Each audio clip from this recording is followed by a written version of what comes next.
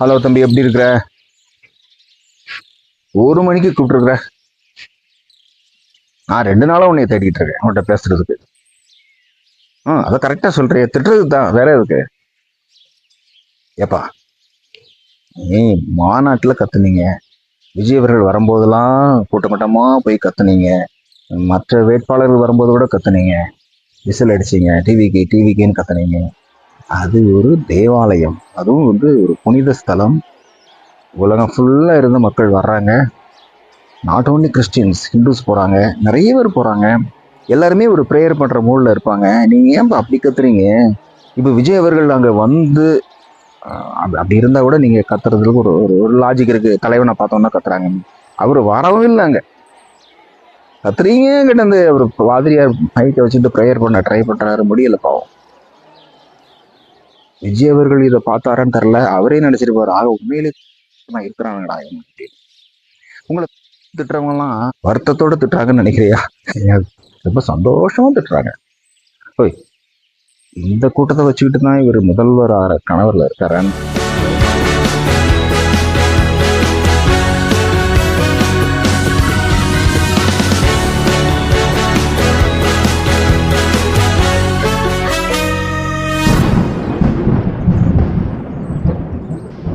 இது வரைக்கும் நீங்க இப்படி நீங்க உங்க செயல்பாடுகள்லாம் பார்க்கும்போது உங்களை வழிநடத்திய தலைவன் யார் அப்படிங்கிறது தெரியுது. ஓகே, ஆனா இனிமே அப்படி இருக்காதீங்க. ஏன்னா உண்மையிலேயே தளபதியாக வேண்டிய காலகட்டாயத்துக்கு வந்துட்டாரு விஜய் அவர்கள். நான் நடிக்க மாட்டேன்னு சொல்லிட்டாரு, கட்சியை ஆரம்பிச்சுட்டாரு. இனிமே அவர் இனிமையாவது ஒரு ஒழுங்கை வழி நடத்தணுங்களே. எப்பா அங்க கூப்பிட்டு, எப்பா இப்படி பண்ணுங்கப்பா, இப்பெல்லாம் பண்ணாதீங்க, ஏன்னா கெட்ட பேராது. ஓகே, விஜயனுடைய ரசிகர்கள் கட்டுப்பாடான தொண்டர்களாக மாறிவிட்டாங்க. இது விஜய் தான் காரணம் அப்படின்னு பேர் வரணும். அது உங்க கையில தான் இருக்குது. என்னன்னு சொல்றீங்களே, இப்போ காந்தியடிகள் இருக்காரு, மகாத்மா காந்தின்னு சொல்றோம், கர்ம வீரர் காமராஜர்னு சொல்றோம், இரும்பு மனிதர் வல்லபாய் பட்டேல்னு சொல்றோம், இரும்பு பெண்மணி இந்திரா காந்தின்னு சொல்றோம், இந்தியாவின் ஏவுகணை மனிதர் APJ அப்துல் கலாம், இசை புயல் AR ரஹ்மான், மேஸ்ட்ரோ இளையராஜா, கணித மேதை ஸ்ரீனிவாச ராமானுஜன் அப்படின்னு சொல்றோம், வீரமங்கை வேலுநாச்சி, வீரபாண்டி கட்டபொம்மன் எல்லாம் சொல்றோம். எல்லாம் பட்டப்பெயர். இதெல்லாம் இந்த பட்டப்பெயரோட அவங்க பிறந்தாங்களா? கிடையவே கிடையாது. இதெல்லாம் அவர்களுடைய செயல்பாடுகளை பார்த்து, அவர்களுடைய பேச்சை பார்த்து, அவர்களுடைய குணத்தை பார்த்து இந்த சமுதாயம் அவர்களுக்கு இந்த பட்டப்பெயரை வழங்கியது. எம்ஜிஆர் அவர்கள் மக்கள் திலகம்னு சொல்றோம். ஏன் சொல்றோம்? அவர் கருணை உள்ளம் கொண்ட மனிதராக நடித்தார். மாட்டுக்கார வேலன், எங்க வீட்டு பிள்ளை, விவசாயி, தாயை காத்த கணையன், தேர்ந்தெடுத்து நடிச்சாரு. அதன்படியே வாழ்ந்தார். மக்கள் அனைவரும் சொல்லிட்டான், நீங்க தான் ஏன் மக்கள் திலகம். ஆமா, இப்போ சூப்பர் ஸ்டார் ரஜினிகாந்த் சொல்றோம். ஆனா அவர் அறிமுகமாவது எப்படி அறிமுகமானாரு? அபூர்வ ராகங்கள் திரைப்படம். ஓகேவா? அந்த அபூர்வ ராகங்கள்ல அவர் அறிமுகமாறாரு. அறிமுகமும் ரஜினிகாந்த். அப்புறம் ஒரு ஹீரோவா நடிக்கிறாரு பைரவி. அதுல வெறும் ரஜினிகாந்த், அதுவும் முதல்ல கூட வராது, 2வது பேர் தான்.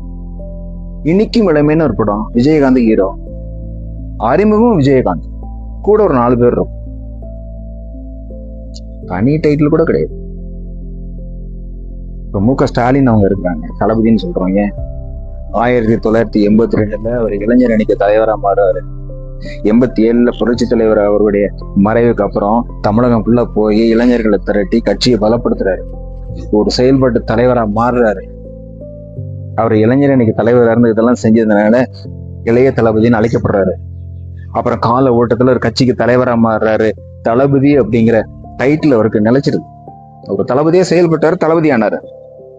கருணாநிதி அவர்கள் தூக்கு மேடைன்னு ஒரு நாடகம் எழுதுறாரு. அந்த நாடகம் நடக்கும்போது அதை பார்க்க வர்றாரு திராவிடர் கழக தலைவர் P. அழகிரி. நாடகம் முடிஞ்ச உடனே அவர் தான் சொல்றாரு, கலைஞர் கருணாநிதி. இன்னைக்கு வரைக்கும் அவர் கலைஞர் கருணாநிதி. அதாவதுப்பா, நிக்கோலா மேக்கியவெல்லி, இத்தாலியை சேர்ந்த 15ஆம் நூற்றாண்டு அரசியல் அறிஞர், அவர் சொல்றாரு, it's not titles that honour men, it's men that honour the titles. அதாவது பட்ட பெயர்களால் மனிதர்களுக்கு பெருமை இல்லை, மனிதர்களால் தான் பட்ட பெயருக்கு மரியாதை. அவர் பட்ட பேருக்கு மரியாதையே அந்த மனிதருடைய செயல்பாட்டை வச்சுதான் இருக்குது. அவர் எப்படி செயல்படுறாரு, வள்ளல்னு பேர் வச்சுக்கிட்டு ஆத்து மணலை கொள்ளடிக்க கூடாது, நாட்டையே கொள்ளடிக்க கூடாது. பட்டப்பெயருக்கு அந்த பட்டப்பெயருக்குன்னு ஒரு வேல்யூ இருக்குது. அந்த பட்டப்பெயரால் அவருக்கு மரியாதை, அவரால் அந்த பட்டப்பெயருக்கு மரியாதை. இப்ப தளபதி அப்படின்னா அந்த தளபதிங்கிற பேருக்கு ஏற்ற மாதிரி விஜயவரன், அப்பனா தளபதிங்கிற பேருக்கே என்னமாப்பா எனக்கு தெரிஞ்சதை நான் சொல்றேன். ஏன்னா இந்த நாட்டை வழிநடத்தக்கூடிய ஒரு பொறுப்புக்கு ஆசைப்படும் ஒருவர் அது எப்படி இருக்கணும் அப்படிங்கிறது, அதாவது நீங்க ஆசைப்படுறது எந்த பதவிக்கு ஆசைப்படுறீங்க? பேரறிஞர் அண்ணா இருந்த பதவிக்கு ஆசைப்படுறீங்க, தர்ம வீரர் காமராஜர் இருந்த பதவிக்கு ஆசைப்படுறீங்க, புரட்சி தலைவர் எம்ஜிஆர் இருந்த பதவிக்கு ஆசைப்படுறீங்க, சரியா? சோ உங்க தகுதி அந்த அளவுக்கு வளர்த்துக்கோ. இவ்வளவு ரசிகர்கள் பட்டாங்களை இருப்பது மட்டுமே தகுதி அல்ல, இந்த ரசிகர்கள் பட்டாங்களை எப்படி வழி நடத்துறீங்கிறது ஒரு தகுதி. நான் அட்வைஸ் பண்ணல, நான் ஆசைப்படுறேன். அதாவது மாற்றம் வந்துடாத யார் மூலமாக, அதுக்காக ஆசைப்படுறேன். பட் இந்த மாதிரி தொண்டர்களை வச்சுக்கிட்டு, இந்த மாதிரி ஒரு ரசிகர் பட்டாளத்தை வச்சுக்கிட்டு அந்த மாதிரி ஒரு பெரிய மாற்றத்தை ஏற்படுத்த முடியுமா அப்படின்னு தெரியும். ஓகேதா? சதிலீலாவதிங்கிற படத்துல அறிமுகமாறாரு எம்ஜிஆர். அதுக்கப்புறம் 10 வருஷம் கழிச்சுதான் இந்த ராஜகுமாரிங்கிற படம் வருது. அதுல கதாநாயகன் எம்ஜி ராமச்சந்திரன் தான் இருக்கும், வேற ஒண்ணுமே இருக்காது. மக்கள் திலகம், புரட்சி தலைவர்லாம் அதுக்கப்புறம் சம்பாதிச்ச டைட்டில். 1946 தந்தை பெரியார் ஒரு நாடகத்தை பார்க்க போறாரு. நாடகத்தின் பெயர் சிவாஜி கண்ட இந்து ராஜ்யம். அதை எழுதியவர் முன்னாள் முதலமைச்சர் அண்ணாதுரை, CN அண்ணாதுரை. அதுல மராட்டிய மன்னன் சிவாஜியாக நடித்தவர் VC கணேசன் என்னும் நடிகர், நாடக நடிகர். நாடகம் படிக்கிறது பெரியார் அவர்கள் அழைத்தார் அந்த நடிகரை. ஏப்பா, மராட்டிய மன்னன் சிவாஜியை நேர்ல பார்த்த மாதிரியே இருக்கப்பா, நீதான்ப்பா சிவாஜி, இன்னையிலிருந்து நீ சிவாஜி கணேசன் அப்படிங்கிறார். பாருங்க, ஒரு டைட்டில், ஒரு பட்ட பெயர், அது யாரால் கொடுக்கப்படுதுங்கிறதுதான் இது. பெரியார் அழைத்தார் சிவாஜி கணேசன். அவர் நடிச்சு ஒரு திரைப்படத்துல நடிக்கவே இல்லை. அப்பெல்லாம் 1946 நடக்குது. 52 தான் அவர் கதாநாயகனா நடிச்சு பராசக்தி படம் வருது. அதுல போடுறாங்க சிவாஜி கணேசன் அப்படின்னு அறிமுகம். இந்த உலகத்திலேயே திரைப்பட வரலாற்றுல ஒரு நடிகருக்கு தான் நடித்த முதல் படத்திலேயே பட்டப்பெயர் வந்தது சிவாஜி மட்டும்தான், சிவாஜி கணேசன். வேற யாரும் அதுக்கு முன்னாடி கிடையாது. மற்ற எல்லா நடிகர்களுக்கும் அவர் நடிக்க ஆரம்பிச்சு பல வருடங்களுக்கு அப்புறம் தான் அந்த மாதிரி பட்டப்பெயர்லாம் கிடைக்கும். One and only Sivaji Ganesan அவர்களுக்கு மட்டும்தான், நடிகர் திலகம் அவர்களுக்கு தான், சிவாலி அவர்களுக்கு தான் இந்த பட்டப்பெயர் கிடைச்சு. 1984 S.A. சந்திரசேகர் அவர்கள் வெற்றிங்கிற திரைப்படத்தை இயக்குறாரு. அதுல ஹீரோ விஜயகாந்த். தன் மகனை குழந்தை நட்சத்திரமா அறிமுகப்படுத்துறாரு. அறிமுகம் மாஸ்டர் விஜயன் அதுல வரும், கீழே 4வது பேரா வரும். அதுக்கப்புறம் பல திரைப்படங்கள் எடுக்கிறாரு. எல்லாவற்றிலுமே குழந்தை நட்சத்திரம் வாய்ப்பு கொடுக்கிறாரு. 1984 நாளைய தீர்ப்புன்னு திரைப்படம் எடுக்கிறாரு. தன் மகனை ஹீரோவை போட்டு எடுக்கிறாரு. அறிமுகம் விஜய்னு வரும். படத்துக்கு பெருசா வரவேற்பு இல்லை. விஜயகாந்த்ல போறாரு, வாய்ப்பு கொடுங்காரு. அவர் ஹீரோவை போட்டு ஒரு படம் வருது, செந்தூர பாண்டி.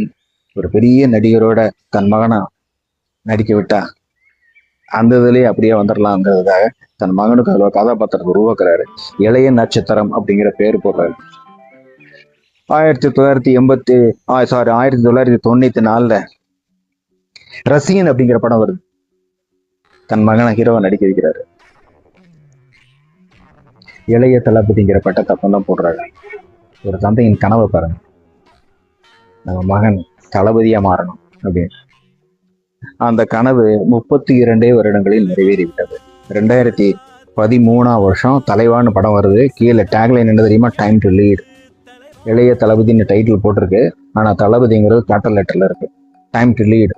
நீ தலைமை பண்பை ஏற்க வேண்டிய தருணம் வந்து விட்டது. இயக்குனர் அட்லி பார்த்தாரு, என்னென்ன இளைய தளபதி, தளபதி தான் என்ன சொல்லிட்டு மெர்சல் படத்துல தளபதின்னு போட்டார், தளபதி விஜயன். ஒரு தந்தை கனவு கண்டு 32 வருடங்களில் தளபதியாகிவிட்டார் விஜய் அவர்கள். ஒரு தந்தையின் கனவு நனவாகிவிட்டது. ஒரு தந்தை தன் மகனை இளைய தளபதி என்று அழைத்தார். ஒரு ரசிகர் அவரை தளபதி என்று அழைத்து விட்டார். இன்று கோடிக்கணக்கான ரசிகர்கள் தளபதி தளபதி தளபதி தளபதி தளபதின்னு போறீங்க. ஓகே, ஒரு தந்தையின் கனவு நனவாகி விட்டது. ஒரு தந்தையின் கனவை நனவாக்கி விட்டார் விஜய் அவர்கள். இப்ப இந்த தொண்டர்கள் இருக்காங்க இல்லையா, இவங்களை பத்தி அவங்களுடைய அப்பா அம்மா என்னென்ன கனவு கண்டிருப்பாங்க, அதை யார் நிறைவேற்றுறது? கண்டிப்பா இவன் நிறைவேற்றவே மாட்டான். இவன் உங்க பின்னாடி தான் அலைஞ்சிட்டு இருக்கான். அப்போ அந்த பெற்றோர்களின் கனவை நனவாக்க வேண்டிய பொறுப்பு யாருக்கு இருக்கு? தளபதிக்கு இருக்கு. இது வரைக்கும் திரையில் தளபதி தளபதின்னு போட்டது ஓகே, நம்ம உண்மையாகவே இந்த தளபதி ஆகணும், அந்த பெற்றோர்களின் கனவை நனவாக்கணும். அவர்களுக்கு ஒரு வாழ்க்கை இருக்குது அந்த இளைஞர்கள். ஸோ அதை நீங்க தயவு செய்து செய்யுங்க. உங்க தந்தையின் கனவை நிறைவேற்றினீங்க, உங்க தொண்டர்கள் அவங்களுடைய பெற்றோர்களின் கனவை நீங்க நனவாக்குங்க. அதுதான் விஜய் அவர்களுக்கு முன்னாடி இப்ப இருக்கிற பெரிய பொறுப்பு. நாளைக்கு மறுபடியும் நடிக்க போறோன்னு போயிடக்கூடாது. சப்போஸ் நீங்க எதிர்பார்க்குற மாதிரி ரிசல்ட் வரல அப்படின்ன உடனே நான் ஒரு படத்துல நடிச்சுட்டு வந்துடுறேன்னு போனீங்கன்னா, இந்த இப்ப தொண்டனா இருக்கான்ல ரசிங்க, இந்த தொண்டன்லாம் மறுபடியும் ரசிகனா மாறிடுவான். அந்த வேலையை மட்டும் பண்ணிடாது. அது யாருக்குமே நல்லதில்லை. ப்ளீஸ் தம்பி, நான் சொன்னது உனக்கு புரியுதா தம்பி? மறுபடியும் நாளைக்கு கூப்பிட்டா ஓகே, ரொம்ப டயர்டா இருப்பேன். பாய்.